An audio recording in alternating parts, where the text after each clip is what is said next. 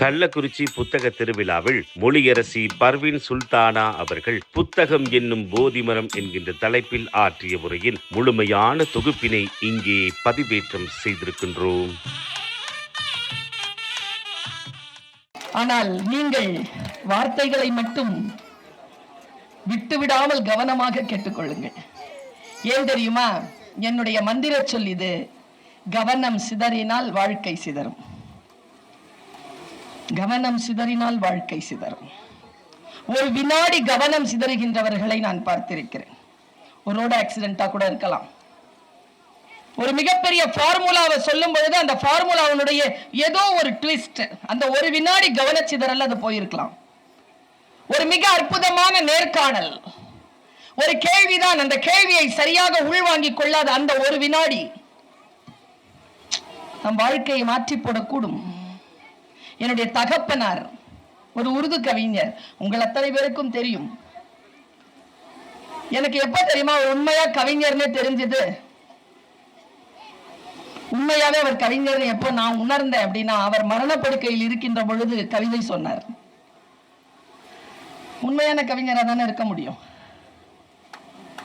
அந்த வினாடியில உயிர் போகிற அந்த சக்கராத்னு சொல்லுவாங்கல்ல, இந்த இடத்துல உயிர் அவருக்கு சிக்கிக்கிட்டு இருக்கும் பொழுது 7 மணிக்கு என்னிடத்தில் கவிதை சொன்னவர் என் தகப்பனார். அவர் சொன்ன கவிதையை நான் இப்ப சொன்னேன்னு வச்சுக்கோங்களேன், நான் பல நேரங்களில் சொல்லி இருக்கிறேன். ஆனா இந்த வீரியத்துல சொல்லி இருக்கிறேன்னு தெரியல. உங்களை பார்க்கும் பொழுது இதை சொல்லிடணும், சொல்லிட்டு என் பேச்சை தொடங்கணும்னு தோணுது. அதனால அது அவருக்கு தான் நன்றி செலுத்தணும். இந்த கவனத்தை சிதறடித்தவர் அவர்தான். அப்பா சொல்றார், மரண படுக்கையில் இருக்க அப்பாவுக்கு கண் வந்து நிதானமா இல்லை. அம்மா அந்த பக்கம் திரும்பி நிற்கிறாங்க. காட்சி தான், நான் அந்த பக்கம் உட்கார்ந்துட்டு இருக்கிறேன். சுல்தானா அப்படின்னாரு. இருக்கிறியா அப்படின்னு பிடிச்சாருப்பா. இருக்கிறேன்ப்பா. பக்ஸே டர்கர் ரஹோ, உருதுல சொல்றார். பக்ஸே டர்கர் ரஹோ, ना जाने कब बदलेगा उसका मिजाज, वक्त से है दिन, वक्त से है रात. இந்த உருது கவிதைக்கு என்ன அர்த்தம் தெரியுமா? காலத்திற்கு பயந்து கொள், அதன் இயல்பு எப்பொழுது மாறும் என்று தெரியாது. காலமே இரவு, காலமே பகல். அப்பா சொல்றார், நான் கவனமா கேட்கிறேன். அடுத்தது சொல்றார், காலத்தை வெல்ல முடியாது. நாட்கள் கடந்து போனால் கடந்து போன விஷயங்களின் மீது சமாதானம் செய்து கொள்ளுங்கள். ரெண்டாவது சொன்னாரா? மூணாவது சொல்றாருங்க, ரொம்ப முக்கியமானதுங்க. தெரியல அவருக்கு ஏன் இந்த கவிதைகள் எல்லாம் அந்த நேரத்துல எனக்கு சொல்லணும்னு ஏன் அவருக்கு தோணுச்சுன்னு தெரியல. நான் வேணனா இப்படி வந்து பல்லாயிரக்கணக்கான பேர்கிட்ட சொல்லுவேங்கிறதுனால சொல்லிட்டு போனாரோ என்னவோ. வாய்ப்பு கிடைக்கிறது இல்லைல்ல பல பேருக்கு. சொல்றார், तारीख ने माजी के वो दौर भी देखे हैं, लम्हों ने खता की थी, सदियों ने सजा पाई. डे அப்பா, நான் எத்தனையோ பேர் இலக்கியங்களை படிக்கிறேன், எத்தனையோ பயணங்கள் மேற்கொள்ளுகிறேன். இதற்கு இணையான ஒரு அறிவுரையை, காலம் குறித்த அறிவுரையை நான் வேற எந்த இலக்கியத்திலும் பார்க்க இல்லை. அவர் என்ன சொல்றார் பாருங்க. ரொம்ப கவனமா கேட்டீங்கன்னா, நீங்க உட்கார்ந்து இருக்கிறீங்கல்ல தர, அது நகர்ந்துரும். ரொம்ப கவனமா கேட்டீங்கன்னா பதறிடுவீங்க, இன்னைக்கு இரவு தூங்க மாட்டீங்க. ஆனால் கவனம் தான் புரியணுமே. அம்மா சொல்கிறார், அப்பா சொல்கிறார், ஆசிரியர் சொல்கிறார், தோழி சொல்கிறார், மனைவி சொல்கிறார், கணவன் சொல்கிறார், பிள்ளைகள் சொல்கிறார்கள், பக்கத்து வீட்டுக்காரர்கள் சொல்கிறார்கள், பயணம் செய்கின்றவர்கள் புரியணுமே. சொல் புரியணுமே. எனக்கு புரிஞ்சிருச்சு, உங்களுக்கு புரிஞ்சிருச்சான்னு பாருங்க. அந்த கவிதைக்கான அர்த்தம் இதுதான். காலம் என்ற பேரேடு தனக்குள் ஒரு ரகசியத்தை பொத்தி வைத்திருக்கிறது. காலம் என்கின்ற பேரேடு தனக்குள் ஒரு ரகசியத்தை பொத்தி வைக்கிறது. வினாடிகள் தான் தவறிழைக்கின்றன, தண்டனையோ யுகங்களுக்கு கிடைக்கிறது.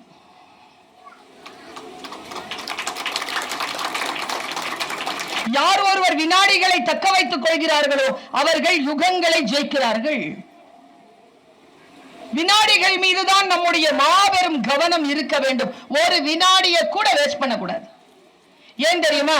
இவ்வளவுதான் அப்படின்ட்டு நமக்கு பிக்ஸ் பண்ணப்பட்டிருக்கிறது காலம் மட்டும்தான். இத பர்வீன் சுல்தானா உங்களுக்கு சொல்லிட்டு போறேன். இந்த உலகத்திலே ஆகப்பெரிய அதிகாரம் எது தெரியுமா? நம் உழைப்பை சுரண்டுவதோ, நம் அன்பை சுரண்டுவதோ, நம் பணத்தை சுரண்டுவதோ அல்ல.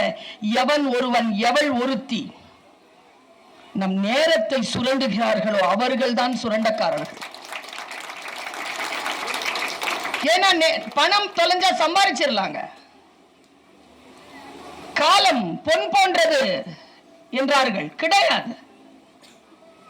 காலம் பொன் போன்றது கிடையாது. பொன்னை இழந்தால் மறுபடியும் நான் சம்பாதித்துக் கொள்ளுவேன். சம்பாதிக்கவே முடியாதது காலம். காலம் என்பது உயிர் போன்றது, போனா வராது. நான் இங்க நிறைய யூத் இருக்கிறீங்க, இளைஞர்கள் இருக்கிறீங்க. ஒரு கவலை என்ன தெரியுமா? தனித்தனியா பேசிட்டு இருக்கிறவங்களுக்காக தான். ஷேக்குவேரா மரணம் அடையும் பொழுது தன்னை இருக்க கட்டிய அந்த உதவியாளனிடம் சொன்னான், உனக்காகவும் சேர்த்துதானடா போராடுகிறேன். அங்க எங்கேயோ பேசிட்டு இருக்கிறாங்களே இளைஞர்கள், உங்களுக்காகவும் சேர்த்துதானடா பேசிக் கொண்டிருக்கிறேன்.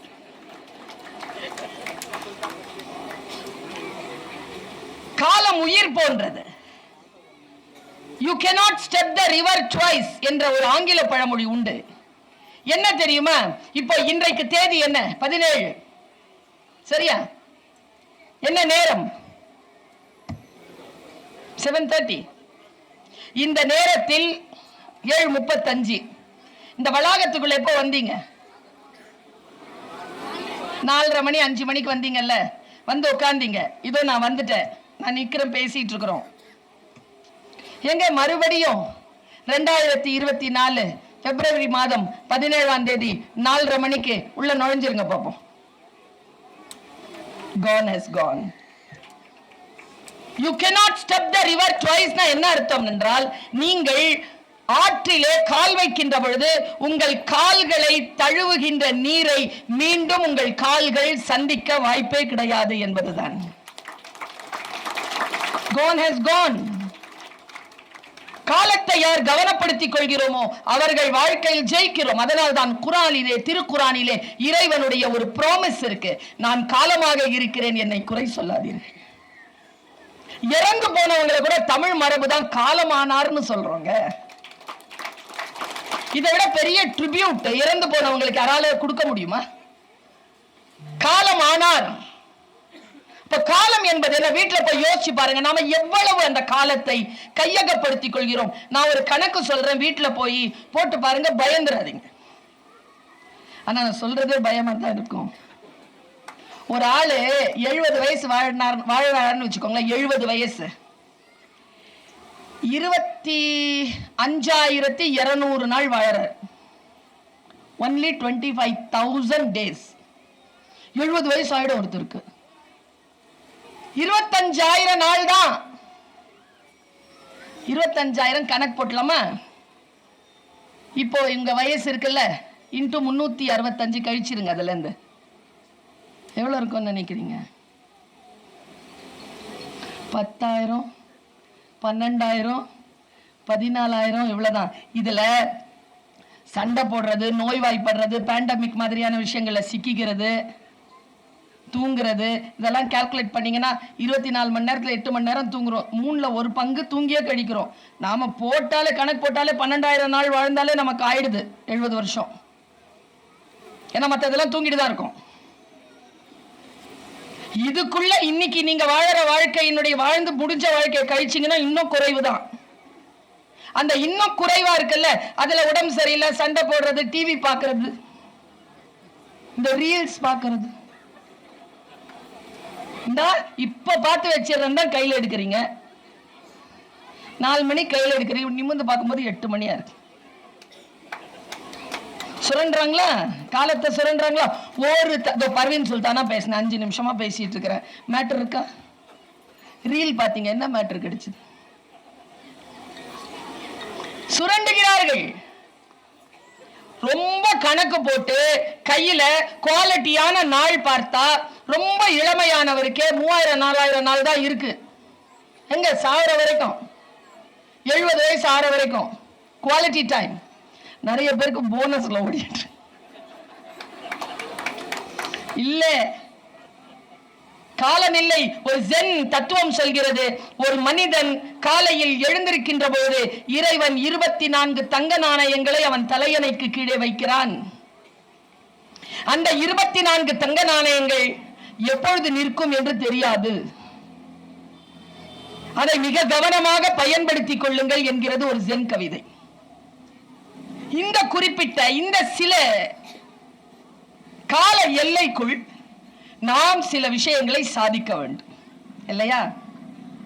இங்க எத்தனை பேர் உண்மையா சொல்லுங்க புக்கு படிப்பீங்க, வாங்குவீங்கன்னு சொல்லல நான்.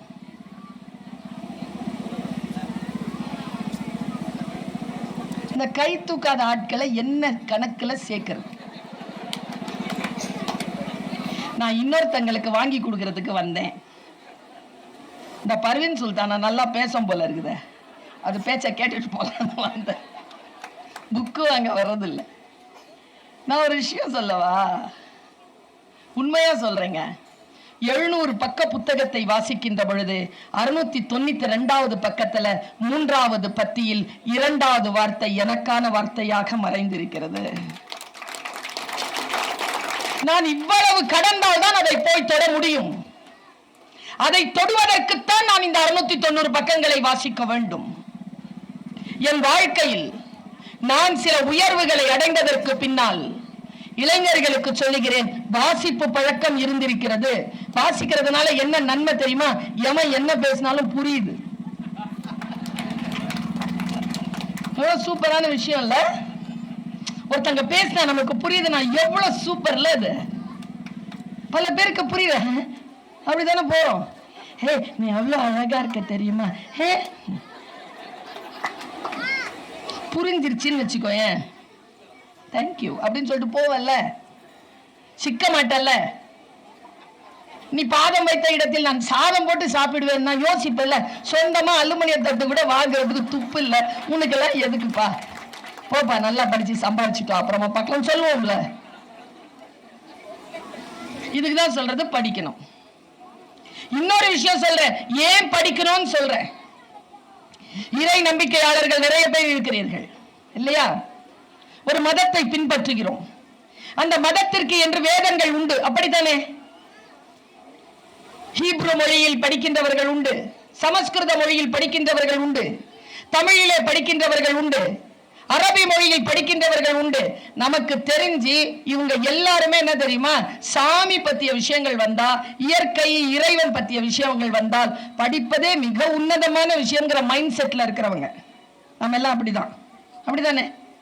சரி, நான் இப்போ ஒரு சோதனை முயற்சியில் ஈடுபடுகிறேன். ஒரு புக்கு கீழே கிடக்குது, இல்ல ஒரு பேப்பர் கீழே கிடக்குது, கால்ல எழுதி இருக்கு, ஏதோ கால்ல மிதிச்சிட்டீங்க, என்ன பண்ணுவீங்க? தொட்டு என்ன இருக்குன்னு பாப்பியா? சமஸ்கிருதத்துல எழுதி இருக்குது, அரபில எழுதி இருக்குது. சமஸ்கிருதத்துல அரபில எழுதுனா ஹீப்ரு மொழியில எழுதி இருக்கு, தெரியாதுல்ல. ஆனா என்ன பண்ணுவ? எடுத்து கண்ணில் ஒத்திக்கோ. சரி, ஒரு சில்மிஷக்காரன் அதுல கெட்ட வார்த்தை எழுதி போட்டிருக்கான், என்ன பண்ணுவீங்க? ஒத்திக்குவோம் தான். அதனால தான் சொல்றேன், படிங்க, புரிஞ்சுக்கிற மாதிரி படிங்க. அப்பொழுதுதான் எது யார் எப்படி என்கின்ற இந்த கேள்வி. நான் ஒரு விஷயம் சொல்றேன், இந்தியாவிலேயே கல்வியிலே இந்த தமிழகம் 2வது இடத்தில் இப்பொழுது நிற்கிறது. அடுத்தபடி போய் சொல்ற, சுயமரியாதையில் இந்தியாவில் தமிழ்நாடு முதல் மாநிலமாக நிற்கிறது என்றால் என்ன காரணம் என்றால், நம்முடைய நாடி நரம்புகளில் இந்த வாசிப்பு திறனை ஊட்டி இருக்கிறார்கள் நம் பெருமக்கள். இந்த வாசனைக்காகத்தான் வந்திருக்கிறோம். நான் சமீபத்துல ஒரு விஷயம் சொல்லப்படுதுன்னா நான் உங்க எல்லாருக்கும் சொல்லி கொடுத்துட்டு போயிடுறேன். யார் எதை சொன்னாலும் அதுக்கு பின்னால ஒரு பொருள் இருக்கு. அந்த பொருளை கரெக்டா புரிஞ்சுக்கோங்க. அந்த புரிஞ்சுக்கிறதுங்கிறது ஒரு பயிற்சி. சரியா? எனக்கு தெரிஞ்சு பல பெண்கள், பல இளைஞர்கள் இப்படி கோபப்படுத்திட முடியும். அவங்கள இப்படி தப்பான முடிவுக்கு இப்படி கொண்டு போயிட முடியும். திட்டம் போட்டு வந்து 3 வார்த்தை சொன்னா சூப்பர், நான் நினைச்சதை சாதிச்சிருவேன். யார் எது பேசினாலும் என்னுடைய உணர்வு நிலையில் நான் மேலே கீழே என்று போக மாட்டேன் என்கின்ற நிதானம் யாருக்கு வருகிறது என்றால், யாருக்கு வாசிப்பு பயிற்சி இருக்கிறதோ அவர்களுக்கு வருகிறது. புத்தகத்தை வாங்கி எடுத்து படிங்க. எதுனாலும் படிங்கிற, எது விருப்பமா இருக்கோ அதை படிங்க. படித்துக்கொண்டே இருங்கள். படித்துக்கொண்டே இருப்பதனால் வரக்கூடிய நன்மைகளை நான் சொல்றேன். பாருங்க, அப்துல் கலாம்னு ஒருத்தர் இருந்தாரா? ரொம்ப சோகமா இருக்கிறீங்களே, என்ன அப்படின்றது தெரியல. இல்ல சரி சரி, அவருக்கு முன்னால நிறைய பேர் முதல் குடியரசுத் தலைவர்களா இருந்திருக்காங்க தானே. பிரதிபா பாட்டீல் மேடம் இருந்திருக்காங்க, வெங்கட் நாராயண் சார் இருந்திருக்கிறார், நிறைய பேர், சங்கர் தயாள் சர்மா சார் இருந்திருக்கிறார். எல்லோருக்கும் இல்லாத புகழ் கலாம்க்கு. அப்படியா? வெங்கட்ராமன் சார் எந்த ஊர்ல இருந்து வந்தார்? நான் என்ன சொல்றேன், ஏதோ ஒரு குவாலிட்டி, நான் ஒரு விஷயத்தை சொல்ற, மனசுல எழுதி வச்சுக்கோங்க. ஏதோ ஒரு குவாலிட்டி இல்லாம ஒருவரால் உயர்ந்த நிலைக்கு போக முடியாது. அந்த குவாலிட்டியை பத்தி தான் யோசிக்கணுமே தவிர மற்ற விஷயங்கள் மீது கவனத்தை செலுத்தாதீர்கள். புறம் பேசிட்டு கிடக்காதீங்க. எனக்கு கலாம் சார் செஞ்ச ஒரு விஷயத்த உங்களுக்கு இதுவரைக்கும் யாராவது சொல்லி இருக்கலாம், சொல்லி இருந்தா நினைவுபடுத்திக் கொள்ளுங்கள். தெரியல, சொல்லலைன்னா தெரிஞ்சுக்கோ. கலாம் சார் ஒரு வார்த்தை சொன்னார். என் கவனம் அவர் பக்கம் போனது அந்த வினாடிதான். எல்லோரையும் நான் பார்ப்பேன், ஆனால் கவனித்து கற்றுக்கொள்வது என்பது சிலரிடம்தான். கற்றுக்கொள்வது என்பது, ஆனா இப்படி இருக்கக்கூடாதுன்னு நிறைய பேர்கிட்ட கத்துக்கிட்டு இருக்கேன். இப்படி இருக்கணும் அப்படின்னு கற்றுக் கொடுக்கிறவங்க இருக்காங்கல்ல, மிஸ் பண்ணக்கூடாது அவங்கள. அதுல ஒரு வார்த்தை அவர் சொல்றார். எனக்கு அந்த வார்த்தை சொல்லும் போது என் முழு கவனம் அவர்கிட்ட போச்சு. அவர் சொல்றார், small aim is a crime. என்ன அர்த்தம்? சின்ன குறிக்கோள் மிகப்பெரிய குற்றம். சின்ன குறிக்கோள் வைக்காத, பெருசா வை. ஓகே ஓகே, பெருசா வைக்கிறதுனா என்ன? நிறைய துட்டு சம்பாதிக்கிற, பெரிய பொசிஷன்ல போய் உட்கார்றது, பெரிய குறிக்கோள். என்னங்க குறிக்கோள் பெருசா இருக்கணும். நான் கொஞ்சம் பயணம் பண்றேன், நீங்க என்னோட, எனக்கு தெரிஞ்சு காஞ்சிபுரத்திற்கு பிறகு இந்த அமைப்பாளர் யாராவது இருக்கீங்களா? நீங்க போய் நான் சொன்னதா சொல்லுங்க. நான் பல புக் ஃபேர்ல கடுமையான பயணங்கள் செய்து கூட மிஸ் பண்ணாம தொடர்ந்து போய்கிட்டு இருக்கேன். பொதுமக்கள் இடத்தில் பேச வேண்டும் என்பதற்காக. நான் சந்தித்த மக்களில் 100% கவனச்சிதறல் இல்லாமல் கேட்கக்கூடிய மொத்த கூட்டம் கள்ளக்குறிச்சி கூட்டம்னு சொல்லுவேன். I place on record. Small aim is a crime சொல்லிட்டாரா? பிக் aim அப்படிங்கிறது என்னது பாருங்க. நான் ஒரு நாள் ஏதோ ஒரு நாட்டுக்கு போறேன். அந்த இமிகிரேஷனுக்கு நிக்கிறதுக்கு முன்னால ஒரு பெரிய ஒரு ஓவியம், நான் இதை பதிவு பண்ணியிருக்கேன் முதல்லயே, பெரிய ஓவியம். அந்த ஓவியம் என்ன தெரியுமா? கடல்ல இருந்து கிளம்பி வந்த ஒரு தங்க மீன் சின்ன குடத்துக்குள்ள தலையை நுழைக்கிறதுக்கு முயற்சி பண்ணுது. What is the biggest problem in life அப்படின்னு போட்டு கீழே அவன் எழுதி இருக்கிறான். அந்த நாட்டுக்கார, நாட்டையும் சொல்லிடுறேன், சிங்கப்பூர். என்ன எழுதியிருக்கான்? What is the biggest problem of life? எது வாழ்க்கை மிகப்பெரிய சவால், சங்கடம் என்றால் thinking too small, சின்னதா யோசிக்கிறது. பெரிய கடல்ல இருந்து புறப்பட்டு வந்த தங்க மீன் சின்ன கண்ணாடி குடுவைக்குள்ள தான் மூஞ்சியும் நுழைக்கிற மாதிரி ஒரு படம். நான் யோசிச்சு பார்த்திருக்கேன், இவர் என்ன பெருசா யோசிச்சிருக்கார், பெருசா என்ன பண்ணிருக்கார்?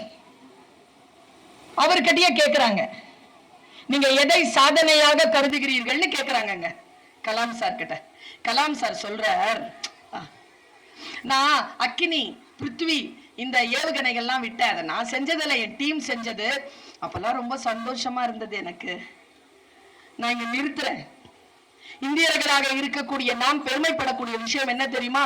நம்முடைய விஞ்ஞானிகள் இருக்காங்கல்ல, இந்த இந்திய நாட்டினுடைய விஞ்ஞானிகள், இஸ்ரோ விஞ்ஞானிகள் இருக்காங்கல்ல, இந்த உலகத்தில் இந்திய நாட்டை வல்லரசாக அறிவியலில் ஆக்குவிப்பதற்கு தன்னுடைய முழு முயற்சிகளை அவர்கள் ரொம்ப டஃப் கொடுத்துட்டு இருக்காங்க இந்த உலகத்துக்கு. நாம் நன்றி செலுத்த வேண்டும் அந்த விஞ்ஞானிகள். நம்முடைய கலாம் அவர்கள் சொல்ற அந்த பிருத்திவிங்கிற அந்த ஏவுகணை இருக்குல்ல, அக்கினி அப்படி அனுப்புனார்ல, அக்கினி சிறகுகள்னு கூட அவருடைய நம்ம புக்கு படிக்கிறோம்.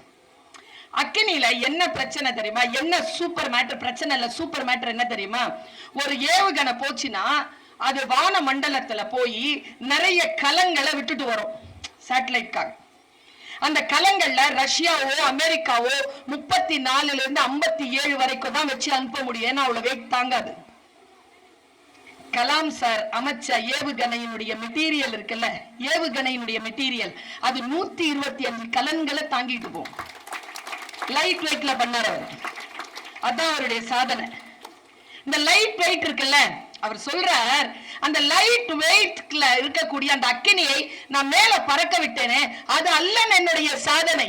பாருங்க எவ்வளவு பெருசா யோசிக்கணும்னு சொல்றல. பிக் ஏம், ஏவுகணையை விட்டதுதானே பிக் ஏம். நமக்கெல்லாம் அப்படித்தானே சொல்லி தரப்பட்டது. கலாம் சாருடைய நோக்கத்துல சொல்றேன் பாருங்க, what is the big game அப்படின்னா, அவருடைய ஃப்ரெண்டு சொன்னாரா, கலாம் கொஞ்சம் வாய ஒரு இடத்துக்கு போயிட்டு வரலாம். அவரே சொல்றார் யூடியூப்ல, வாய ஒரு இடத்துக்கு போயிட்டு வரலாம். எங்க பிரகாஷ் நினைக்கிறேன் அவர் பேரு. எங்க நீ வாய கூட்டிட்டு எங்க போனார் தெரியுமா? போலியோ அட்டாக்ல இருக்கக்கூடிய குழந்தைகள் இருக்கிற இல்லத்துக்கு கூட்டு போயிருக்கார். இந்த குழந்தைகளை கொஞ்சம் பாரு.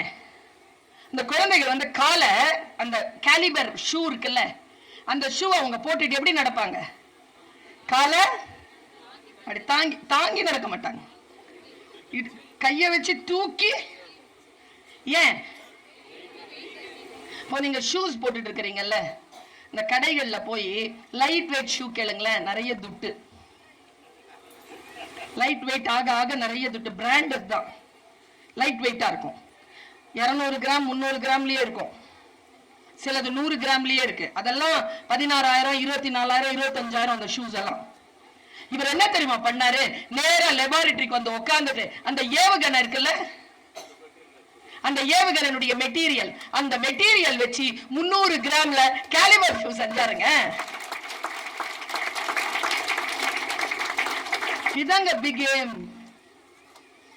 ஒரு விஷயத்தை எந்த அளவிற்கு உன்னால் தூக்கி செலுத்த முடியுமோ அந்த அளவுக்கு தூக்கி செலுத்துறீங்கல்ல, there you stand. Small aim is a crime. சின்னதா யோசிக்காதீங்க.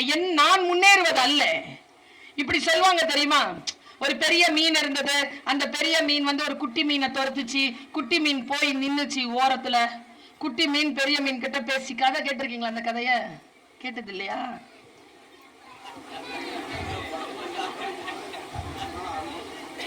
லியோ படம் பாத்தீங்களா?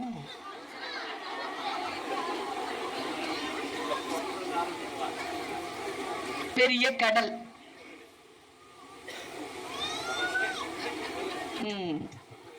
பெரிய கடல், பெரிய மீனுக்கு பசி, சாம பசி. வேட்டைக்கு அலைந்தது. வேட்டைக்கு அலைஞ்சிட்டே இருக்கும்போது குட்டி மீன் ஒண்ணு கண்ணில் பட்டுச்சு. வேற எதுவுமே இல்லை, பிளைனா இருக்குது. துரத்துச்சு அந்த சின்ன மீனை. பெரிய மீன் ஐயோயோ அப்படின்ட்டு சின்ன மீன் ஓடுது, பெரிய மீன் துரத்துது. ஓடி ஓடி ஓடி போய் ஒரு பாறையில முட்டிட்டு நின்னுச்சு. சின்ன மீன் திரும்பிச்சு. ஒரு நிமிஷம் ப்ளீஸ், 1 minute, ஒரு டீல் பேசிக்கலாமா? ஒரு சமாதான டீல். நல்லா தெரிஞ்சுக்கோங்க, அடிக்கிறவன் எப்பவுமே சமாதானம் பேச மாட்டான், அடி வாங்குறவங்க தான் சமாதானம் பேச. அடிப்படையில் நம்ம தெரிஞ்சுக்கிற டீல். ஒரு டீல் பேசிக்கலாமா? என்ன?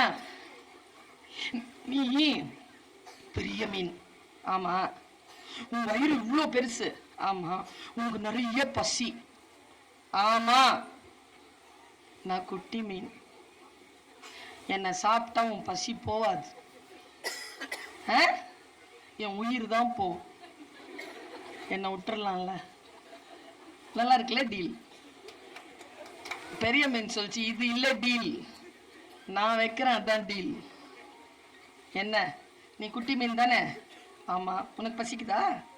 இவ்வளோ ஓடி வந்தா பசிக்காதா? பசிக்குது. நான் பெரிய மீன் தானே, இந்தா சாப்பிடு.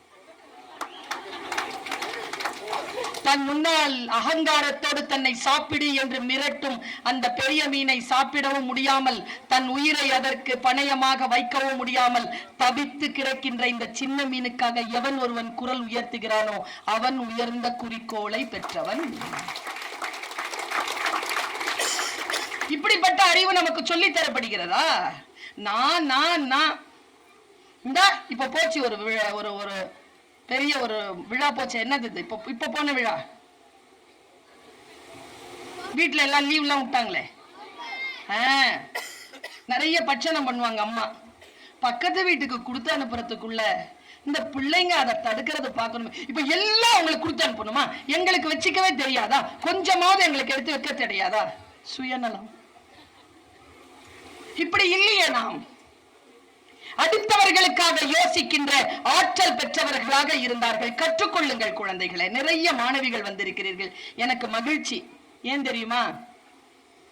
பேச்ச கேட்கறதுக்கு இளைஞர்கள் காதுகள் தயாராக இருப்பதை போல் ஒரு வெற்றி ஒரு சமூகத்திற்கு வேறு எது இருக்க முடியும்? வேறு எது இருக்க முடியும்? பார்த்து பார்த்து பார்த்து ஜாலியா கைத்தட்டி பழக்கப்பட்டு விட்ட ஒரு சமூகத்திலிருந்து நான் ஒரு விஷயம் சொல்றேங்க. இங்க இருக்கிற எல்லா இளைஞர்களுக்கும் ஹேட்ஸ் ஆஃப். ஏன் தெரியுமா? எங்கள் காலத்தில், எனக்கு 45 வயது கடந்திருக்கு, நான் 20 வயதில் இருக்கின்ற பொழுது, உங்கள் வயதில் நான் இருக்கின்ற பொழுது எனக்கு எந்த டிஸ்ட்ராக்ஷனும் இல்லை. என்ன பெரிய டிஸ்ட்ராக்ஷன்?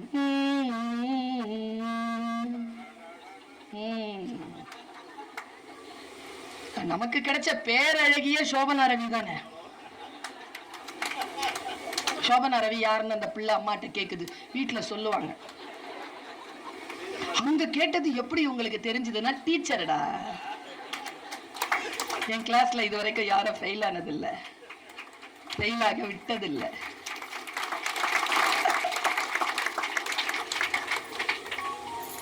அப்புறமா புதன்கிழமை அன்னைக்கு ஒரு சித்திரஹாரா, வியாழக்கிழமை அன்னைக்கு ஒரு ப்ரோக்ராம் வரும். 2 பேரும் உட்காந்து பேசுவாங்க. தாய் நிலம் தந்த வரம் தாவரம் வயலும் வாழும். இவர் கடிதம் எழுதி வச்சிருப்பாங்க, அவங்க அம்மா வாசிப்பாங்க, இவர் பதில் சொல்வார். இந்த செடிக்கு என்ன உரத்தை போடுவது அப்படின்னு அவர் கேட்பார். நம்ம எல்லாருமே அதையே பார்த்துட்டு இருப்போம். வியாழக்கிழமை சரியா, வெள்ளிக்கிழமை ஒளி மொழியுமா, சனிக்கிழமை ஒரு பாடாவதியான ஒரு வேற்றுமொழி திரைப்படமோ இல்லைன்னா ஒரு ஹிந்தி படமோ இருக்குமா, ஞாயிற்றுக்கிழமை அன்னைக்கு ஒரே ஒரு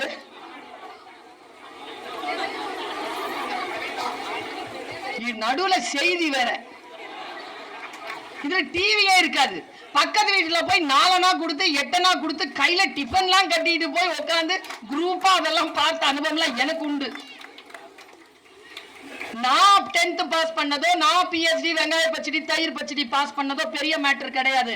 என் குழந்தை இதோ இந்த சனியனை இப்படி தூக்குனாலே 1008 படம் வருது. நெட்ஃபிளிக்ஸ் என்ன, பிரைம் வீடியோ என்ன, ஹாட் ஸ்டார் என்ன, சோனி லைவ் டிவி என்ன, Z5 என்ன, எல்லாம் உனக்கு எப்படி தெரியுங்கிறியா? எனக்கு புள்ள இருக்கானே, அவன் வச்சிருக்கானே. அத்தனை டிஸ்ட்ராக்ஷன்லயும் படித்து வைத்து வருகிறாயே, என்னை விட நீ உயர்ந்த தலைமுறையாக எனக்கு படுகிறாய். நம் காலகட்டத்தில் இல்லாத டிஸ்ட்ராக்ஷன் அவர்களுக்கு இன்றைக்கு இருந்தாலும் அவர்கள் வாழ்க்கையில் உயர உயர பழகுகிறார்கள் என்றால் அவர்கள், நான் உங்களுக்கு ஒரு விஷயத்த சொல்றேன்ப்பா, யூத்துக்கு ஒரு விஷயத்த சொல்றேன், கேட்டுக்கோ. பலியாகாதீர்கள், சூழலுக்கு பலியாகாதீர்கள், கற்றுக்கொள்ளுங்கள். Learn learn learn. கடைசி வரைக்கும் கற்றுக்கொண்டே இருங்கள், கற்றுக்கொண்டே இருங்கள் என்பதற்கு ஒரு காரணத்தை மட்டும் சொல்லிடுறேன். என்கிட்ட நிறைய பேர் கேட்பாங்க, சம்பாதிக்கிறதுக்கு தான் படிக்கிறதான? கிடையாது. நீ என்ன தொழில் வேணாலும் செய், படிச்சுட்டு செய், படிச்சுட்டு செய். என்ன வேணாலும் செய். சமோசா கூட வித்துக்கோ, டீ கூட வித்துக்கோ, என்ன வேணாலும் பண்ணு, படிச்சுட்டு பண்ணு. அப்போதான் தொழிலாளியாக இருந்து கொண்டே முதலாளியாகவும் இருப்பாய். வெறும் சம்பளம் வாங்குகின்றவர்களாக இல்லாமல் சம்பளம் கொடுக்கின்றவனாக இருப்பாய். இந்த நாட்டிற்கு தொழிலதிபர்கள் தேவை. பர்வீன் சுல்தானா இன்னைக்கு ஒரு வார்த்தையை விதைச்சிட்டு போற. உற்பத்தி பொருட்கள் நிறைந்து இருக்கின்றன, உற்பத்தி திறன் குறைந்து இருக்கிறது. இந்தியாதான் எல்லோரையும் நாம் அரவணைக்கக்கூடிய நாடுதான். ஆனால் வடக்கே இருக்கின்றவர்கள் தொழிலுக்காக இங்கே வந்து குமிந்து கொண்டிருக்கிறார்கள். நாம் வெளியில் பறந்து கொண்டிருக்கிறோம். என் தோழமைகளே, நமக்கான நிலம் என்பது முதற் பொருள். இதை காப்பாற்றிக் கொள்ள வேண்டும் என்றால் உற்பத்தி திறனிலே, தொழிலிலே கவனம் செலுத்துங்கள். படித்துவிட்டு கவனம் செலுத்துங்கள். கல்வி என்கின்ற ஆற்றலை கையில் பிடித்துக் கொள்ளுங்கள். ரொம்ப அடிப்படையா ஒரு விஷயத்தை சொல்றேன். சாதாரணமா நாம வந்து சாக்ரட்டிஸ்னு ஒரு ஆள் இருந்தாருலமா, இருந்தாரா? யார் அவரு? அத கேட்காத. சாக்ரட்டிஸ் இருந்தாரு. யார் அவரு? Greek philosopher. Please tell me one philosophy of Socrates.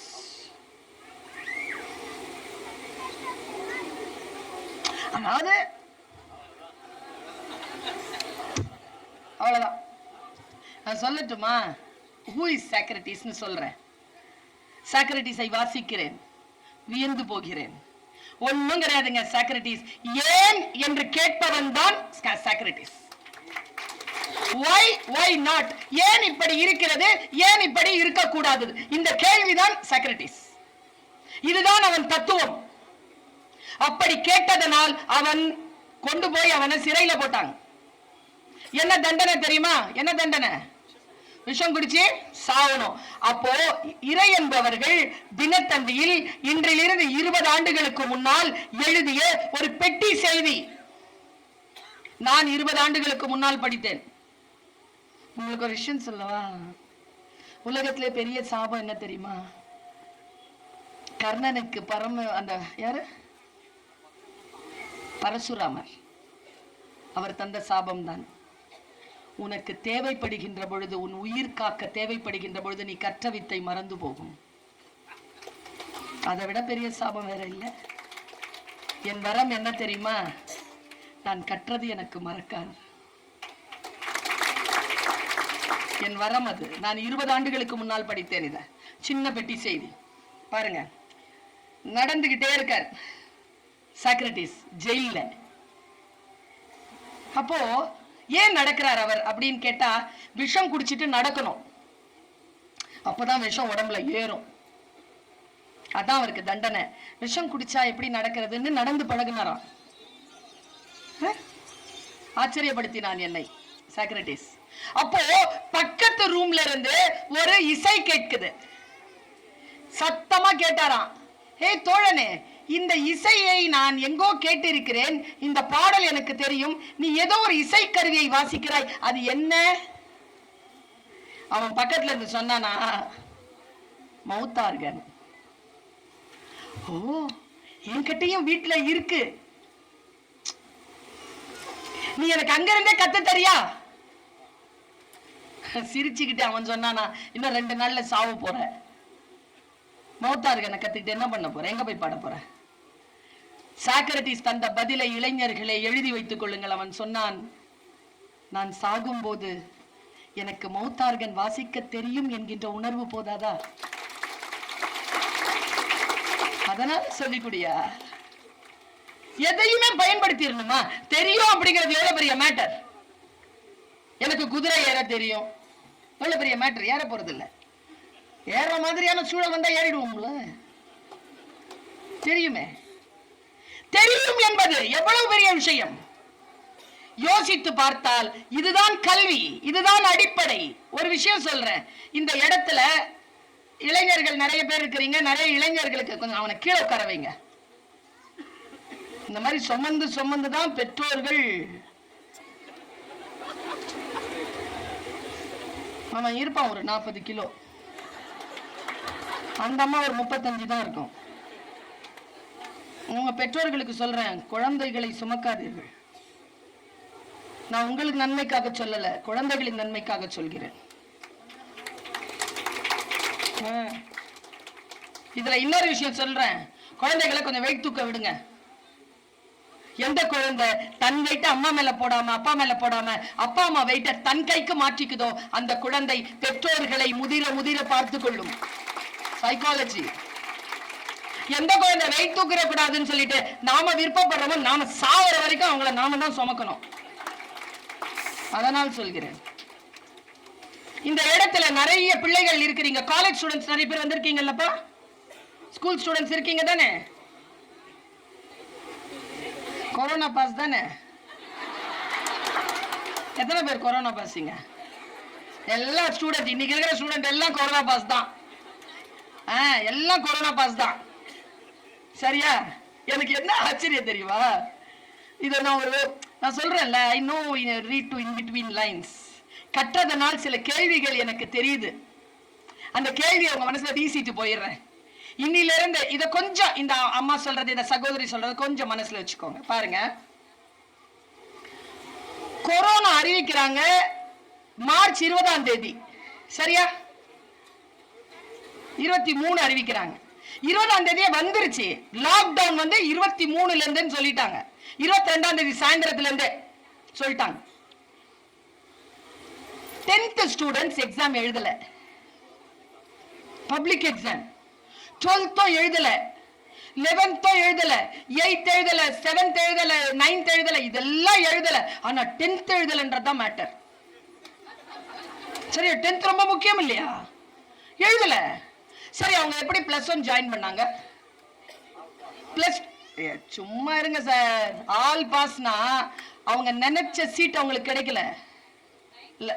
இல்ல இல்ல இல்ல டீச்சர்ஸ் கவனம். என்ன தெரியுமா, அவங்க எழுதிய குவார்டர்லி ஹாஃப் இயர்லி மார்க்கை வச்சுதான் அவங்களுக்கு வந்து ஃபைனல் எக்ஸாமுக்கான மார்க் அறுதியிடப்பட்டது. நான் உங்களுக்கு என்ன தெரியுமா சொல்றேன், எப்பவாவது ஹாஃப் இயர்லி எழுதும் போது யோசிச்சு இருக்கிறீங்களா, இதுதான் என் ஃபைனல் எக்ஸாம்னு? அப்படி நினைச்சு எழுதுங்க. வாழ்க்கையில எந்த ஆபத்து வந்தாலும் ஜெயித்து விடலாம். எந்த வேலை செய்தாலும் முழுமையாக திஸ் இஸ் மை ஃபைனல் டே என்ற அளவிற்கு மிகுந்த பேரார்வத்துடன் செய்கின்றவர்கள் ஜெயிக்கிறார்கள். என்ன காரணம் தெரியுமா? நான் ரொம்ப விரும்பி பார்த்த படம், ஐன்ஸ்டீன் சொல்லுகிறார், ஆலிஸ் இன் ஒண்டர்லேண்ட் ஒரு படம். அந்த படத்தை முழுமையா புரிஞ்சுக்கிட்டவங்களுக்கு பிசிக்ஸ்ல நோபல் பரிசு கிடைக்கலாம் சொல்றார் ஐன்ஸ்டீன். அந்த கதையை முழுமையா புரிஞ்சுக்கிறவங்களுக்கு. அதுல ஒரு காட்சியை மட்டும் சொல்றேன், கடத்துறது என் வேலை, பிரார்த்திக்கிற இறையருள் உங்களுக்கு புரிஞ்சிடணும். ஏன்னா எது சொன்னாலும் பிள்ளைங்க இல்லப்பா, இப்படிதான் இருக்குதுங்க. அதுங்களை எழுச்சி பண்ணி உட்கார வைக்கிறதுக்கு 45 நிமிஷத்துல 25 நிமிஷம் தேவைப்படுது. மீதி இருக்கிற 20 நிமிஷம் தான் பாடம் நடத்தணும்.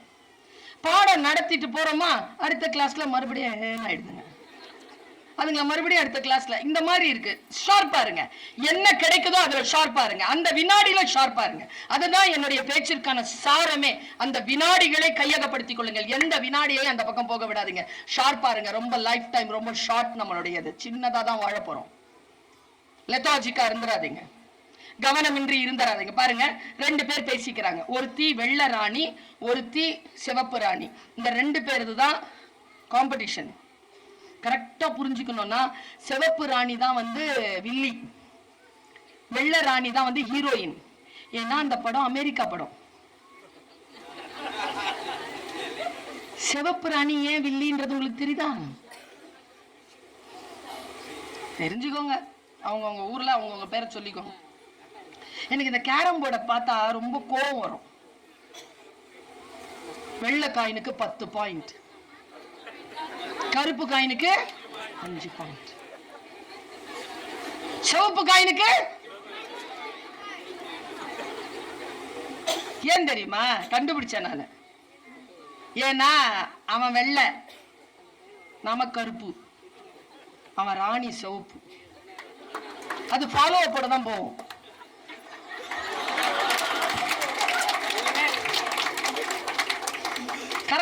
புரிஞ்சுக்கணும் அது. நான் என்ன சொல்றேன், நம்ம ஊர்ல ஆடினா கருப்பு காயினுக்கு 10 பாயிண்ட், நாம தானே ஆடுறோம். வெள்ளை காயினுக்கு 5 பாயிண்ட், சிவப்பு காயின் போட்டா ஃபவுலு.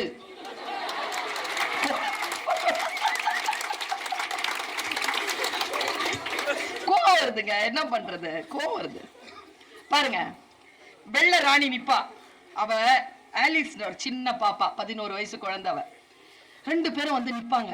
ஒரே ஒரு டயலாக் இருக்கும். முடிஞ்சா இன்னைக்கு முடிஞ்சா அந்த படம் பார்க்க முடிஞ்சா பாத்துருங்க. நான் ரொம்ப படங்களை ரொம்ப விரும்பி பார்ப்பேன். ஒரு 11 வருஷம் வந்து நான் இதுல தொலைக்காட்சியில, சென்னை பொதிகை தொலைக்காட்சியில சென்சார் கமிட்டியில இருந்தேன். நிறைய படங்கள் பார்த்திருக்கேன் நான். யோசிச்சு பார்த்தா படங்கள் பார்க்க நமக்கு தெரியல, நம்ம படங்கள் பார்க்க தெரியணும். இந்த படம் பிள்ளைங்களோட உட்காந்து பாருங்க. அந்த படத்துல அவ ஒரு கேள்வி கேட்பாங்க, இப்படி பேசிட்டே இருப்பாங்களா 2 பேரும். வெள்ளராணியில திடீர்னு அந்த குழந்தைய பார்த்து, ஹே ஆலிஸ் அப்படிம்பா. வாட் அப்படிம்பா. கொஞ்ச நேரத்துல காலமே இரவு காலமே பகல்னு சொன்னார்ல அப்பா, அப்படி சூழல் மாறுது, டக்குன்னு மாறுது. என்னன்னு தெரியல, வாழ்க்கையே மாறி போச்சு இந்த ஒற்றை நேரத்துல. ஆலிஸ் அப்படிம்பா. அப்படி திரும்பி பாரு, எஸ் குயின் அப்படிம்பா. ரன் அப்படிம்பா வெள்ளராணி. இவ ஓடுவாங்க, திரும்பி பார்ப்பாங்க, வெள்ளராணியும் ஓடிட்டு இருப்பா. அவளுக்கு குஷி ஆயிடும். அப்பதான் நான் டீச்சரா நினைச்சேன், நாம படின்னு சொல்றதுக்கு முன்னால. அதனால்தான் கலீல் கிப்ரான் சொல்லுகிறான், படித்த ஆசிரியர்களிடம் உங்கள் குழந்தைகளை கொடுத்து விடாதீர்கள், படிக்கின்ற ஆசிரியர்களிடம் உங்கள் குழந்தைகளை ஒப்படைங்கள். படிக்கணும், படிச்சாதானே சொல்ல தெரியுது. பாருங்க, அவ ஓடுறா, கூட அவள ஓடுறா, ஓடிக்கிட்டே இருக்காங்க.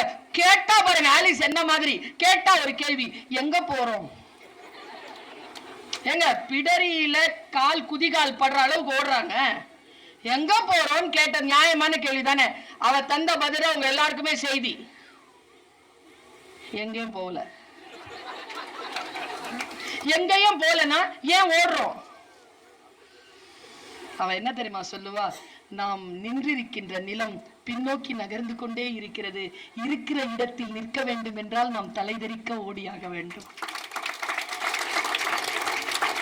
இப்போ நீங்க எதுலெல்லாம் ஜெயிச்சிருக்கிறீங்களோ அந்த ஜெயிச்சதை தக்க வச்சுக்கிறதுக்காக ஓடுங்க, சம்பாதிக்கிறதுக்காக அப்புறம் பார்க்கலாம். வாழ்க்கையில் இதுவரைக்கும் கிடைத்ததை தக்க வைத்துக் கொள்வதற்கு அவ்வளவு போராட்டம் தேவைப்படுகிறது நமக்கு என்று சொல்லித் தருகிறாள் ஆலிஸ். யோசித்து பார்க்கின்ற பொழுது நெகட்டிவ் ஃபோர்ஸ் இல்லாம இருங்க, பாசிட்டிவ் ஃபோர்ஸ்ல இருங்க. ஃபாஸ்டா முடிவு பண்ணுங்க. இப்ப குதிரை பந்தயம் இருக்கு, நீங்க குறை சொல்லாதீங்க, இந்த உலகத்தை குறை சொல்லாதீங்க. குதிரை பந்தயம் இருக்கு, குதிரை பந்தயத்துல 10 குதிரை ஓடுது. எத்தனை வினாடியில 100 மீட்டர் ஓடுது? அந்த ஓட்ட பந்தயம் எவ்வளவு வினாடியில முடியுது? நல்லவங்க எல்லாரும், யாருக்கு பதில் தெரியல. சூப்பர். ஒரு 10 செகண்ட்ஸ். ஓகே. ஃபர்ஸ்ட் வர குதிரைக்கும் செகண்ட் வர குதிரைக்கும் எத்தனை செகண்ட்ஸ் வித்தியாசம்? 1 செகண்ட். 5 செகண்ட்ஸ்லாம் கிடையாது, 1 second. Micro second. Super. Micro செகண்ட்ல அப்படி கிராஸ் பண்ணோம். மைக்ரோ செகண்ட்ல கிராஸ் பண்ணதுல ஜெயிச்ச குதிரைக்கு 1 கோடி ரூபாய் பரிசு. மைக்ரோ செகண்ட் விட்டுச்சு இல்ல, அதுக்கு 10,000 ரூபாய் பரிசு. 99,90,000 மைக்ரோ செகண்ட். அந்த மைக்ரோ செகண்ட்ல நீ ஜெயிக்கிறியா? இப்ப வந்து பெஸ்ட், அப்புறமா இன்னொரு என்னப்பா, பெஸ்ட்டுக்கு அப்புறமா பெட்டர், அப்புறமா எக்ஸலன்ஸ், அப்புறம் டாப்பர், அப்புறம் லெஜெண்ட். அந்த குழந்தைக்கெல்லாம் தெரியுது பாருங்க, ஸ்கூல்ல சொல்லி தரது அதெல்லாம் கேட்கப்படாது. நீ சரியா, நீ நாட்டுக்கு படி. எக்ஸலன்ட் இருக்கு இல்லைங்க, எக்ஸலன்ட்ல தாண்டி லெஜெண்ட் இருக்குல்ல, அதையும் தாண்டி ஒரு வார்த்தையை நான் தேடுறேங்க ஐ படத்துல, அதுக்கும் மேல. ரொம்ப பிடிச்ச ஒரு வார்த்தை அது. என்ன இருந்தாலும் குழந்தை, அதுக்கும் மேல. யாரையும் ஜெயிக்க வேண்டாம், உன்னை ஜெயிச்சுட்டே போ. அதுக்கும் மேல, அதுக்கும் மேல, அதுக்கும் மேல, அதுக்கும் மேல. That is called progress. You have progress report in your hand. அவ்வளவுதான். டியர் பேரண்ட்ஸ், அவங்க ப்ராக்ரஸ் ரிப்போர்ட் உங்களுடைய விசிட்டிங் கார்டு கிடையாது.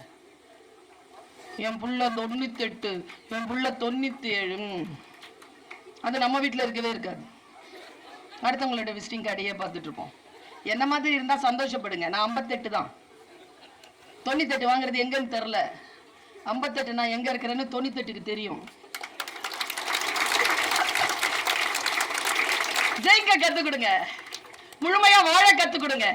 இந்த விஷயங்கள் வரணும்னா நமக்கு மைண்ட்ல நெகட்டிவ் தாட்ஸ் இருக்க கூடாது. இன்னில இருந்து நான் உங்களுக்கு ஒரு மந்திர சொல்லிவிட்டு போகிறேன். நீங்க நெகட்டிவ் தாட்ஸ் இல்லாம இருங்க. நெகட்டிவ் தாட்ஸ் இல்லாம இருக்கிறது எப்படி? என்ன நினைச்சாலும் வந்துருது இல்ல ஏங்க. 3 தடவை போன் பண்றேன், புள்ள போன் எடுக்கல. உடனே என்னன்னா நெகட்டிவ் தாட். நான் ஒண்ணு சொல்லவா, இந்த நெகட்டிவ் தாட்ஸ் அந்த புள்ளை ஏதாவது செஞ்சிடும். ஏனென்றால் ரூமி சொல்கிறான், நீ எதை தேடுகிறாயோ அது உன்னை தேடுகிறது. ஜாக்கிரதை, ஜாக்கிரதையா யோசிங்க. என்னுடைய 8வது வயதில் எங்க அம்மா சொன்ன ஒரு விஷயம் இதுவரைக்கும் நான் யோசித்து யோசித்து பார்த்து இந்த வயதில் தான் புரிந்து கொண்டேன். எத்தனை தியானங்கள், எத்தனை புனித பயணங்கள், எது செய்தாலும் அந்த நெகட்டிவ் தாட்ஸ் இல்லாம இருக்கிறது எப்படி அப்படிங்கிறது மாபெரும் கலை. இந்த மைண்ட் இருக்குல்ல, இதற்கும் பிரபஞ்சத்திற்கும் தொடர்பு உண்டு. நீங்க என்ன நினைக்கிறீங்களோ அது உங்களை கொடுக்கும். எனக்கு தெரியல, பர்வீன் சுல்தானா பேச்சா நேரில் கேட்கணும். ஃப்ரீ. யாரோ நினைச்சிருக்கிறீங்க, காலம் கொண்டு வந்து வீசிச்சு பாரு என்ன.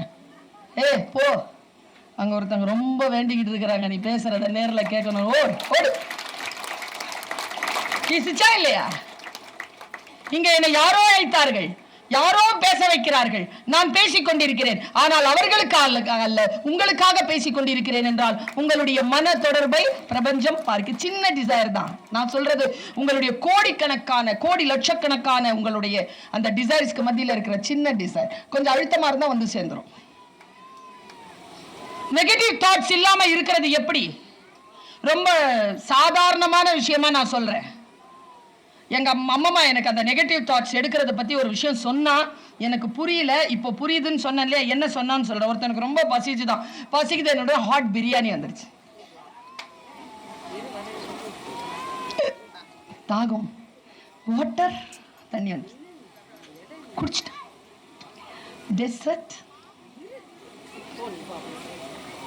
சாப்பிட்டான், ஸ்வீட்.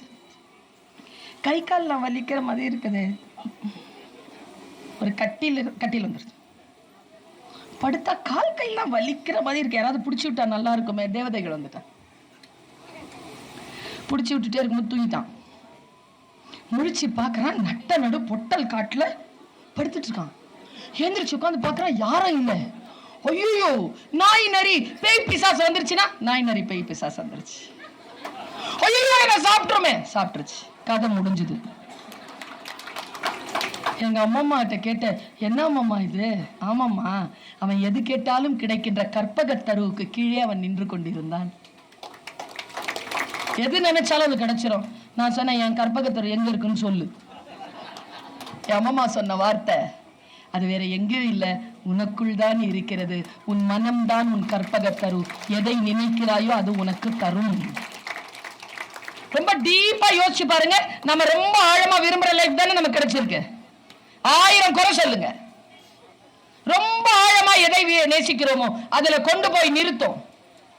நமக்கான டிசைர்ஸ், நமக்கான தேவைகள், நமக்கான எண்ணங்கள், இதிலே நாம் மிக மிக கவனமாக இருக்க வேண்டும் என்பதற்காக நான் இதை சொல்லுகிறேன். நம்முடைய வாழ்க்கையில் நமக்கு வாய்ப்புகள் தான் கிடைக்கும், எந்த உத்தரவாதமும் கிடைக்காது. வாய்ப்புகளை இப்ப பாருங்களேன், ஒருத்தங்க எத்தனையோ பேர் இருக்கிறாங்க. எத்தனையோ பேர் இருக்கின்ற பொழுது சில பேர் மேலே வருகிறாங்க, சில பேர் கீழே போறாங்க. மேலே வரவங்களை பார்த்து கமெண்ட் பண்ணிட்டு போயிடுறோம், கீழே வரவங்களை இன்னைக்கு காலையில கூட நான் சொன்னேன், 3-4 பேர் இருக்கிறாங்க நம்ம மனசுக்குள்ள.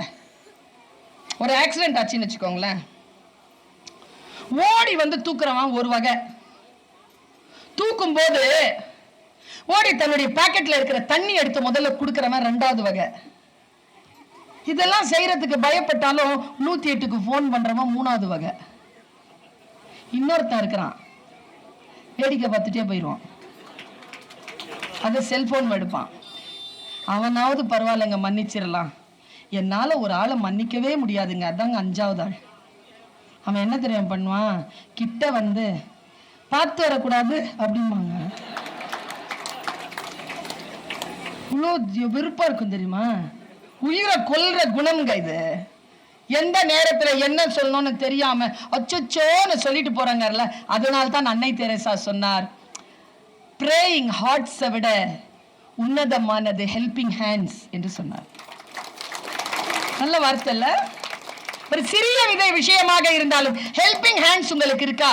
நான் இப்படி சொல்லிட்டு போறேன், 5 நிமிடத்தில் என் பேச்சு முடியும். இப்படி சொல்லிவிட்டு போகிறேன். அடுத்தவர்களுக்கு நல்ல நண்பர்களாக இருப்பதை விட உங்களுக்கு நீங்கள் நல்ல நண்பர்களாக இருங்கள். அடுத்தவர்களுக்கு தலைவர்களாக இருப்பதை விட உங்களுடைய வாழ்க்கைக்கு நீங்கள் நல்ல தலைவர்களாக இருங்கள். உங்களிடத்தில் இயற்கை மிகப்பெரிய சொத்து. உங்கள் உடல், உங்கள் வாழ்க்கை, உங்கள் காலத்தை உங்கள் கையில் கொடுத்திருக்கிறது. அதை நிர்வகிக்கின்ற ஆற்றல் நமக்கு இருக்கிறதா? நான் நினைச்சு பார்க்கிறேங்க, காலம் என்கின்ற ஒன்றை கையகப்படுத்திக் கொள்ளுங்கள். அதை ஜெயிச்சு காட்டிருங்க பாப்போம். இந்த 45 வயது கடந்த நிலையில் நான் 31 நாடுகளுக்கு பயணம் போயிருக்கேங்க. ஒரு காலேஜ்ல நான் ஃபுல் டைம் ப்ரொஃபஸரா இருக்கிறேன். இன்னைக்கு நான் இங்க வந்திருக்கிறேன்னு சொன்னா லீவு. நாளைக்கு தளவாடி போறேன், அங்கேயும் லீவு. அன்னைக்கு நைட்டே டிராவல் பண்ணிட்டு போய் 7:45க்கு சைன் பண்ணிடுவேன். நான் லீவ் எடுக்கிறது இல்லை. வீட்டில் மனைவியாகவும் தாயாகவும் இருக்கிறேன், மகளாக இருக்கிறேன். அந்த பொறுப்பும் இருக்கிறது. எல்லா பொறுப்பையும் எப்படி நிர்வகிக்கிறேன் தெரியுமா? பெண்களை ஆச்சரியப்படாதீர்கள். பிளான் பண்ணுங்க. சில விஷயங்களுக்கு நோ சொல்லுங்க. ரொம்ப நுட்பமா, ரொம்ப நெருக்கமா உணர்றதுனால நுட்பமா ஒரு விஷயத்த சொல்லிட்டு போறேன். இன்னைக்கு இருக்கிற மிகப்பெரிய தொல்லை இது. ஆமாவா இல்லையா? ரொம்ப ரொம்ப நுட்பமா ஒரு விஷயம் சொல்லவா? ரொம்ப ஆசையா இருக்கும் போதும், ரொம்ப கோபமா இருக்கும் போதும் மெசேஜ் பண்ணாதீங்க, நேர்ல பேசிருங்க. நம்ம தாத்தா பாட்டி சொல்றது கேட்டிருக்கிறீங்களா? அப்பா வீட்டை பத்தி கொஞ்சம் பிரச்சனை பேசணும், பொண்ணுக்கு கல்யாணம் வச்சிருக்குது இல்லையாப்பா, அண்ணன் பொண்ணு தானே, அது பேச வேணாமா? கொஞ்சம் வாயேன், தாத்தா ரொம்ப உயிருக்கு போராடிட்டு கிடக்கிறாரு, அதை பத்தியும் பேசணும். ஒரு 8 வீட்டுக்கு வந்துட்டு போறியா? ஒரு 8 வீட்டுக்கு வந்துட்டு போறியானா என்ன அர்த்தங்க? நேர்ல வா, பேசுறமா. இன்னைக்கு ஒரு ரொம்ப நுட்பமான விஷயம், புருஷன் பொண்டாட்டி சண்டை. பா, நல்லா மீசப்பேட்டையில் இருக்கிறேன், செம்ம சண்டை நடக்கும். ஆனால் காலையில் நடக்குங்க, சாயந்தரம் வந்தால் ரெண்டும் வந்து பூ வச்சுக்கிட்டு 2 வீலரில் டுருன்னு படம் பார்க்க போவோம் ரெண்டும். இன்னைக்கு இல்லையே அந்த உறவு. ஒரு சின்ன பேப்பரில் எழுதி விவாகரத்து வாங்கிடுறாங்களே. ஏன் தெரியுமா? இந்த டைப் பண்ணுறத நான் மொழி ஆசிரியர், அதனால் சொல்லுகிறேன். நீங்கள் இந்த மெசேஜாவது ஃபார்வர்ட் பண்ணீங்கன்னு வச்சுக்கோங்களேன், நீங்கள் எப்படி புரிந்து கொண்டு இருக்கிறீர்களோ அந்த மேட்டரை யார் ரிசீவ் பண்ணுறாங்களோ அவங்களும் அப்படிதான் புரிஞ்சுக்கணுங்கிற அவசியம் இல்லை, வேற விதமாக புரியும். மிக முக்கியமாக சொல்கிறேன், கல்யாணம் நிச்சயம் ஆயிடுச்சா, காலை தொட்டு கும்பிட்டு சொல்கிறேன், சீக்கிரம் கல்யாணத்தை பண்ணி தொலைங்க. இந்த ஃபோனை வச்சுக்கிட்டு நீங்கள் பண்ணுற அலப்பறையில் பல கல்யாணம் நின்று போயிடுது. ஆமாவா இல்லையா சார்? இந்த பொண்ணோட தான் கல்யாணம்னு முடிவு பண்ணிட்டோம்னா முதல்ல வாங்கக்கூடாதது அந்த பொண்ணுடைய ஃபோன் நம்பர். பெரிய விஷயம் நான் சொல்றது. நான் ஒரு வாட்டி இப்படி மேடையில் பேசி ஒருத்தர் படமே எடுத்துட்டார். அதை நீ ஜாதகெல்லாம் மாத்திக்க வேணாம். அந்த பையன் போனு இந்த பொண்ணு கிட்ட ஒரு 3 நாள், இந்த பொண்ணு போனு அந்த பையன் கிட்ட ஒரு 3 நாள் விளங்கிரும். நான் தான் சொல்றேன், படமே எடுத்துட்டாங்க. நான் சொல்லிட்டேன், கேட்கலையா நீங்க? நான் சொன்னது படமே எடுத்துட்டாங்கன்னு சொல்றாங்க. இப்போ போயிடுச்சு மேடம், அது தனியா நமக்கு போயிடுச்சு. நாம் நம்முடைய உறவுகளை எப்படி பேணி பாதுகாக்க வேண்டும்? ஹுசேன் போல்ட்ங்கிற ஒருத்தன், அவன் ஜெயிக்கிறான். அவன் வந்து 9.58 வேர்ல்ட் ரெக்கார்ட் பண்றான். செகண்ட் வாட்டி வந்து இறங்குறான், அவனை வித்தல் பண்ணிட்டாங்க. ஏன்னா அவன் சீக்கிரமா கால் வச்சிடறான். ஜமைக்கா காரன், போய் பாருங்க 2013, 11, 12, 13 இந்த காலகட்டங்களில் வரும் அது. அவனை என்ன தெரியும் பண்ணாங்க? அடுத்த வாட்டி அவன் 5 வருஷம் கழிச்சு வந்தாங்க மறுபடியும் ஒலிம்பிக்ல வந்து நிக்கிறான். தோத்தவங்க, அசிங்கப்படுத்தப்பட்டவன். ஆனா அவன் ரெக்கார்டை யாரும் ஜெயிக்கல. அவன் தான் மறுபடியும் 9.63 வாங்கி ஜெயிச்சான். அந்த காலகட்டத்தில் எப்படி ஜெயிச்சான் தெரியுமா? அவன் ஓடுறான். நீங்க ஹுசேன் போல்ட்னு போட்டு இந்த டீச்சர் சொல்றத, இந்த பேராசிரியர் சொல்றத, இந்த பேச்சாளர் சொல்றதை கேட்டு அந்த காட்சியை பாருங்க. அவன் எப்படி தெரியுமா ஓடுறாங்க. எங்கேயுமே வந்து பக்கத்துல இருக்கிறவங்கள பார்க்கலைங்க. அவன் நாமெல்லாம் பக்கத்துல இருக்கிறவங்கள தானே பார்ப்போம். ஓடிடக்கூடாதுன்னு தானே பார்ப்போம். அவன் எங்க பார்த்துட்டு இருந்தான் தெரியுமா? டைம் போர்டை பார்த்துட்டு இருந்தான். ஏன்னா அவனுக்கு டார்கெட் டைம் போர்டு தானே தவிர பக்கத்துல இருக்கிறவன் இல்லை. 9.58 தாண்டணும். உலகத்துல யாராலையும் தாண்ட முடியாது. என்னால முடியும் என்று நினைத்து டைம் போர்டை வச்சுட்டு ஓடினா பாருங்க, அவன் 9.63 வாங்கினான். எங்கெங்க நாங்க தோக்குறோம்? நான் ஒருத்தனை பத்தி சொல்றேன், மைக்கேல் பிலிப்ஸ். இன்னைக்கு போய் பாருங்க, மைக்கேல் பிலிப்ஸ் நீங்க இதுல போடுங்க. நீச்சல் வீரர் 28 பதக்கங்களை ஒலிம்பிக்ல வாங்கியிருக்கான். 28 இந்தியா வாங்கல, அவன் ஒருத்தன் வாங்கியிருக்கான். 23 தங்கம்ங்க, 23 கோல்டு, 3 பிரான்ஸ், 2 சில்வர். அவன் இப்படி நிக்கிறான். அவனுடைய போட்டோ இருக்கு, அந்த கண்ணாடி போட்டுக்கிட்டு நீச்சல் குளத்துல இவ்வளவு தூரம் இருக்கு அவன் போட்டோ. மைக்கேல் பிலிப்ஸ்னு இருக்கும். இங்க இருந்து போட்டிருப்பான் சுத்தி மெடல்ல. கழுத்துல இந்த இடத்துல ஒரு சில்வர் போட்டிருப்பான். நான் சொல்றேன்ல, கொஞ்சம் நுட்பமா பார்ப்பேன். இவ்வளவு தங்கம் வாங்கிட்டு எதுக்கு கழுத்துல சில்வர் போட்டிருக்கான்ட்டு கீழே ஸ்டோரி படிச்சேன். என்ன மேட்டர் தெரியுமா? ஸ்கூலிங்னு ஒரு பையங்க, அவன் இவனுடைய ஃபேன், பயங்கர ஃபேன். அவங்க அப்பா கிட்ட சொல்றான், அமெரிக்காவுக்கு என்ன கூட்டிட்டு போய் மைக்கேல் பிலிப்ஸை சந்திக்க வைன்னு. அவங்க அப்பா சிங்கப்பூர்ல இருந்து அவனை கூட்டிட்டு அங்க போறார். அவன் ஆஸ்திரேலியா போயிட்டான். இவர் டிக்கெட் போட்டு ஆஸ்திரேலியா போறார். ஆஸ்திரேலியா இருந்து அவன் பிரான்ஸ் போயிட்டான். இவர்கிட்ட காசு இல்ல. அவர் திரும்பி வரும்போது சொன்னாரா, டே என்னடா வயசு உனக்கு? எனக்கு 14 வயசாகுது. 2016 ஒலிம்பிக் வருது இல்ல? ஆமா, அங்க பாத்துக்கோடா, அவரை 4 வருஷம் தானேடா ட்ரெயின் பண்ண. நீ ஸ்விம்மர் தானே, நீ போய் அங்க பாரு. நம்ம நாடு சின்ன நாடு தானே, நீ உழைச்சா நீ ஏன் ஒலிம்பிக்ல போக முடியாது? நீ போட, நான் உனக்கு ஸ்பான்சர் பண்றேன்னு சொல்லி அப்பா செலுத்தி ஸ்பான்சர் பண்ணி ஸ்கூலிங்க அவன் ஜெயிச்சு வந்துட்டாங்க. ஹிஸ்டரி வந்து என்னன்னா, 2014 பிரேசில் நினைக்கிறேன், பிரேசில்ல நடந்த அந்த பெரிய ஒலிம்பிக் அந்த போட்டியில நீச்சல்ல அப்படி நிக்கிறானுங்க, ஸ்கூலிங் நிக்கிறாங்க. நீங்க வேணா அதுல ஸ்க்ரோல் பண்ணி பாருங்க, வரும். அங்க நிக்கிறான் மைக்கேல் பிலிப்ஸ். இவன் தாண்டி மைக்கேல் பிலிப்ஸை பார்க்கறான். மைக்கேல் பிலிப்ஸ் யாரையும் பார்க்கல, டார்கெட்டை பார்த்துட்டு இருக்கான். அவனை பார்க்கறத பார்த்த உடனே அந்த பையன் அவனுடைய முகம் மாறி அப்படி போய் அவன் நிறுத்தினாங்க. அங்க அவனுக்கு அவன் கவனத்தை பெறணும், அவ்வளவுதான். ஷூட் பண்ணாங்க, டைவ் பண்றாங்க எல்லாரும். அன்னைக்கு gold medal Schooling, Michael Phelps silver. தன்னுடைய ஃபேன் கிட்ட தோத்த அந்த சில்வர் மெடல தான் மைக்கேல் பிலிப்ஸ் போட்டிருக்காரு. நம்ம யாருக்கு ஃபேனா இருக்கிறோம் அப்படிங்கிறத கொஞ்சம் கவனப்படுத்திக்கோமா? இன்னொரு விஷயம், குழந்தைகள் கிட்ட பேசாதீங்க. ஏய் நடிக்காதடா, விளையாடுறாதடா. இந்த 2 டிபார்ட்மெண்ட் தான் இப்ப நிறைய சம்பாதிக்குது. சம்பாதிக்கிற மாதிரி நடிடா, சம்பாதிக்கிற மாதிரி விளையாடுறான்னு சொல்லுங்க. வாழ்க்கை மிக அற்புதமான விஷயங்களை தருகிறது. இப்படி சொல்கிறேன். கரெக்டா இருக்கா டைம்?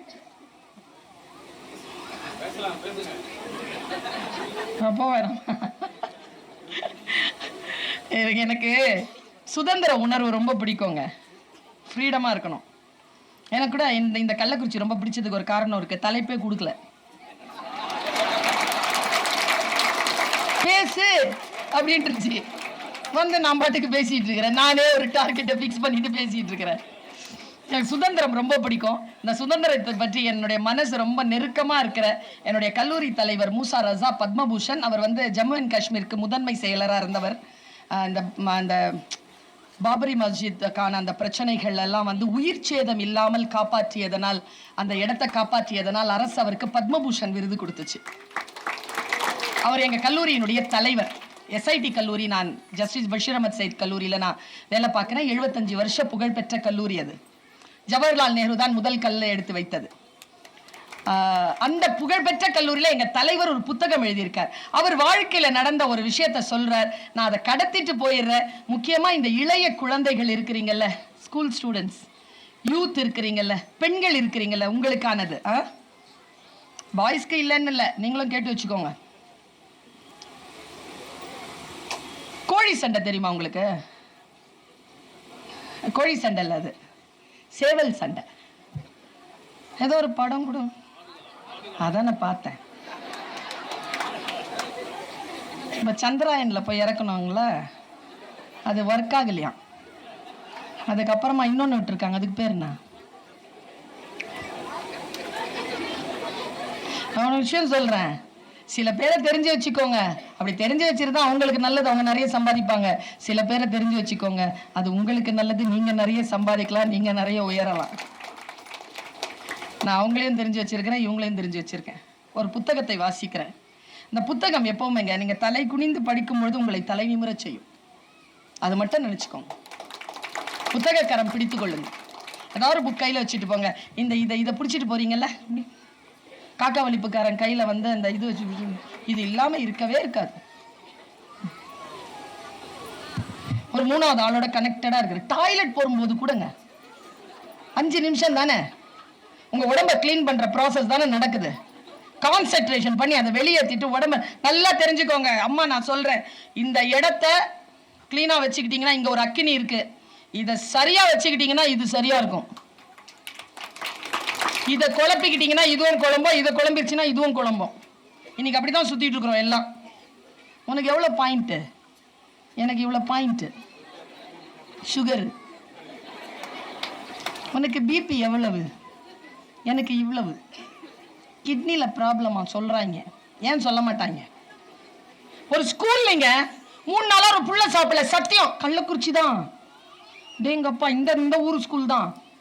இங்கே தான் இங்கே பேச வந்திருந்தேன். அப்போ தான் சொன்னாங்க, அந்த புள்ள ஸ்கூலில் லஞ்ச் சாப்பிட மாட்டேங்குது. ஏன்டா சாப்பிட மாட்டேங்குதுன்னா, அவங்க அம்மாட்ட ஃபோன் பண்ணி 3ஆவது நாள் டீச்சர் சொன்னா, அவள் ஃபோனை பார்த்துட்டு தான் சாப்பிடுவா, உங்கள் கையில் ஃபோன் இருந்தால் கொடுங்க, அவள் சாப்பிட்ருவான்னாங்க. ஃபோனை பார்த்துக்கிட்டே சாப்பிட்டீங்கன்னா குழந்தை அவ்வளோதான். பாருங்க, வாசிக்கிறேன் நான். கோழி சண்டையில் அந்த சேவல் சண்டை மாதிரி வடநாடுல நவாபுகள் ஒரு சண்டையை வைக்கிறாங்க. என்னன்னா, பட்டுக்குருவியை வச்சு சண்டை பண்றாங்க. ஒரு குருவினுடைய விலை ₹1,00,000 மேல, அந்த காலத்துல 50 வருஷத்துக்கு முன்னால. அந்த குருவி எப்படி இருக்கும்னா, சின்னதா இருக்குமா, பட்டு கலர்ல இருக்குமா, இந்த கொண்டை இருக்குல்ல அது வந்து மல்டி கலர்ல இருக்குமா. அது பயங்கர ட்ரெயின் ஆகுமா, எது சொன்னாலும் கேட்குமா, ரொம்ப சென்சிட்டிவ். நவாபுகள் வச்சு அவங்களை வந்து அதை போட்டி நடத்தும் போது IFS, IPS, IRS, கவர்னர் எல்லாம் சேர்ந்து நின்று அதை பார்ப்பாங்களாம். பௌர்ணமி நைட்ல ஒரு நவாப் வீட்டில் நைட் டின்னர் நடக்குமா. இது என்டர்டெயின்மெண்ட்காக நடக்கிறது. நம்ம ஐயா மூசாரஸ் அங்கே போயிருக்கார், அதை பார்த்துருக்கார். இந்த காட்சி அந்த கதையில சொல்றார். பட்டு துணி விரிக்கப்பட்டது. 2 நவாபுகள் 2 குருவிகளை கொண்டு வந்து இறக்கினார்கள். 2 குருவியும் கம்பீரமா அப்படி சுத்தி ஒரு பார்வை பார்த்துச்சான் எல்லாரையும். அது பார்க்கறதுலயே காசு போடுறாங்களாம் எல்லாரும், அவ்வளவு சூப்பரா இருக்குதான். கம்பீரமான குருவி அப்படி போய் அப்படின்ன உடனே 2 சண்டை போட்டுக்குதாங்க. அப்படி பார்த்துக்கிட்டே இருக்காங்களாம். சண்டை போட்டு ரத்த கலரியில ஒரு குருவி ஜெயிச்சு ஒரு குருவியை கொத்தி உட்கார வைக்குது. ஒரு குருவி உட்கார்ந்துருச்சு. உட்கார்ந்த குருவி தோத்த குருவி. ஜெயிச்ச குருவிக்கு என்ன பரிசு தெரியுமா? அப்பவே ஒரு புதுசா ஒரு தங்க கூண்டு, ஒரு அழகான ஒரு அந்த பட்டை வாங்குறதுக்கெல்லாம் போடுவாங்களா அந்த மாதிரி ஒரு கோட், ஒரு சின்ன காசு மாலை, பல லட்சம் ரூபாய் காசு நவாபுக்கு. அது வாங்கிக்கிட்டு அப்படி நடக்குமாங்க, அப்படி நடக்குமா அந்த குருவி, அப்படி பார்த்துட்டு நடக்குமா. இந்த தோத்த குருவி இருக்குல்ல, அதுக்கு ஒரு தண்டனை என்னன்னா, அந்த நவாபு இனிமேல் கலந்துக்க முடியாது காம்படிஷன்ல. அந்த குருவி இனிமேல் கலந்துக்க முடியாது. குருவி என்ன செய்வாங்களாம், வெட்ட மாட்டாங்க, கொண்டையை அறுத்து வெளில பறக்க விட்டுருவாங்க. கடைசியா முடிக்கிறார் மூசா ரசா, நான் ஜெயித்த குருவிக்காக வருத்தப்படுகிறேன், தோற்ற குருவிக்காக சந்தோஷப்படுகிறேன்.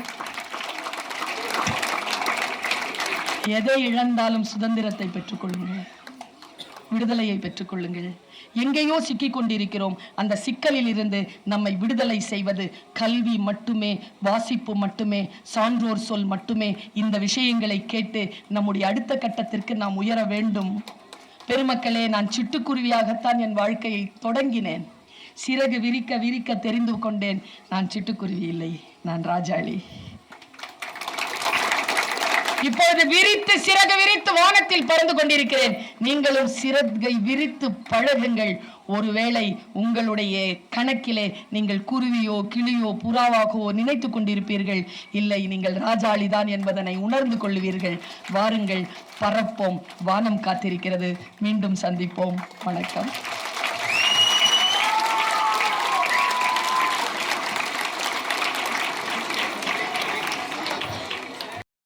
இந்த பதிவை குறித்து உங்களுடைய கருத்துக்கள் வரவேற்கப்படுகின்றன. மறவாது ஐதருமபுரி சேனலை சப்ஸ்கிரைப் செய்து பாருங்கள். இந்த நாள் இனிய நாளாக அமைய வாழ்த்துகின்றோம்.